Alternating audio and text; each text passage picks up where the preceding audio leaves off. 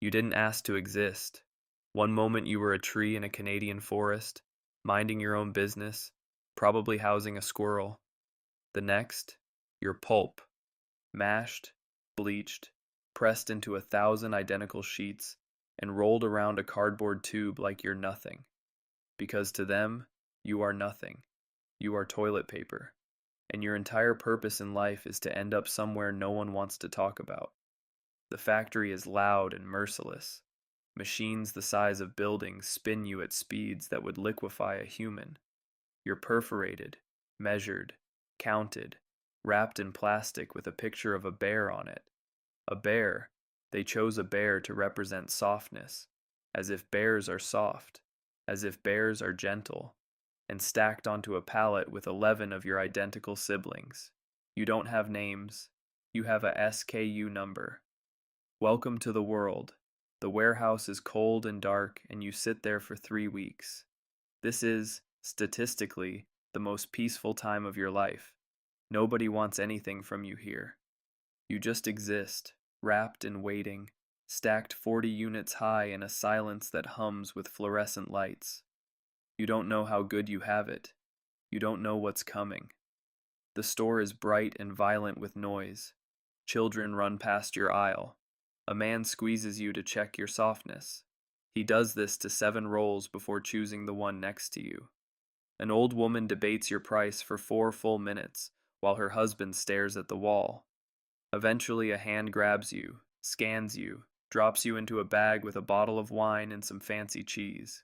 The company you keep is already better than your destiny. The house is warm. For 3 days, you sit under a bathroom sink in the dark, next to a half-empty bottle of cleaning spray and something that might have once been a sponge. Then the moment arrives. You are placed on the holder.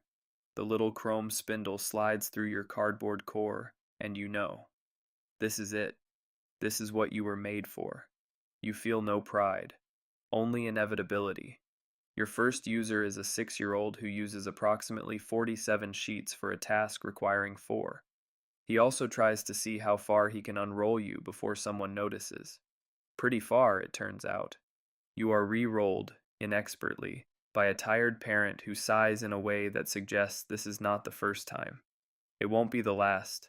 You are already half gone and you haven't even done your actual job yet. Days pass. You meet everyone in the house. The teenager who reads on their phone for 22 minutes and emerges looking like they've achieved enlightenment.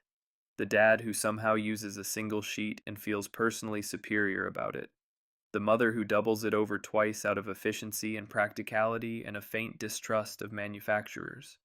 The grandmother who treats you like you're a luxury item, rationing you with the caution of a woman who remembers when you weren't guaranteed. She is the wisest person in this house. She understands your value in a way the 6-year-old never will. You survive a dinner party. 7 guests, 1 bathroom, the kind of evening where someone always uses the last of you and says nothing. They just set your empty cardboard tube back on the holder and leave. Like a crime scene. Like they weren't raised by anyone. You are replaced by your sibling from under the sink, but you remain on the back of the toilet as a ghost. A hollow monument to human inconsideration. Then there are the guests who go through you fastest, not out of waste, but out of nerves. The first date who spends 11 minutes in the bathroom talking themselves back from anxiety. The relative who arrives from out of town and treats the bathroom like a sanctuary from the family reunion happening 14 feet away. You absorb more than mess in this house. You absorb secrets. You are a witness to the private, unguarded, unremarkable moments that make up an actual human life. No camera, no audience, just truth. By the end, you are a thin ring of paper clinging to a cardboard tube, which is somehow both your skeleton and your coffin. You gave everything, every single sheet.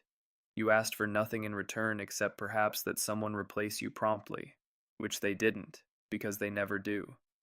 Your cardboard core will be tossed in the recycling bin by someone who feels briefly virtuous about it. Your final sheets were used. Your purpose was fulfilled. You were not glamorous. You were not remembered. You were not the wine or the fancy cheese or the bear on the packaging who lied about softness. You were the quiet, unglamorous, absolutely essential thing that held civilization together one sheet at a time. And when you were gone, someone finally noticed. Because they had to. Because there was nothing left. Because that's when humans always notice. You mattered. Just not in a way anyone was ever going to bring up at dinner.